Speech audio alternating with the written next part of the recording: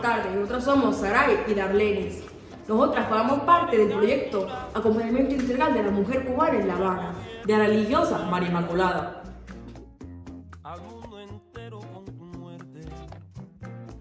Este proyecto tiene como objetivo principal mejorar la seguridad alimentaria Y la cobertura de necesidades básicas de las beneficiarias del Centro de Acompañamiento de La Habana, dirigida a las mujeres vulnerables.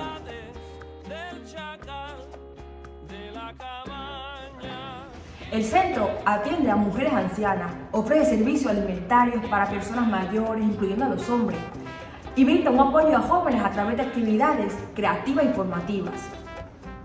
También deseamos mejorar la estructura física y funcional del centro mediante etapas de levantamiento arquitectónico y estructural, así como ejecución de un proyecto eléctrico para la cubierta.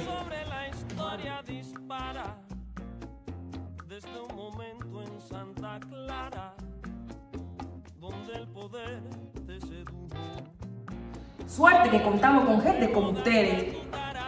Nosotros estamos agradecidas y contamos con la suerte de tenerlos a ustedes.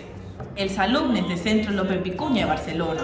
Aquí desde Cuba estamos muy agradecidos con todos ustedes, toda nuestra gente, nuestra tierra, les manda un gran saludo. Besos desde Cuba! Per això, des del Centre López Vicuña farem 3 accions per col·laborar en aquest projecte. Els alumnes de gestió administrativa vendran roses solidàries per Sant Jordi. El dilluns 22 d'abril, un cinema solidari amb la pel·lícula Mediterráneo i més endavant farem una xocolatada.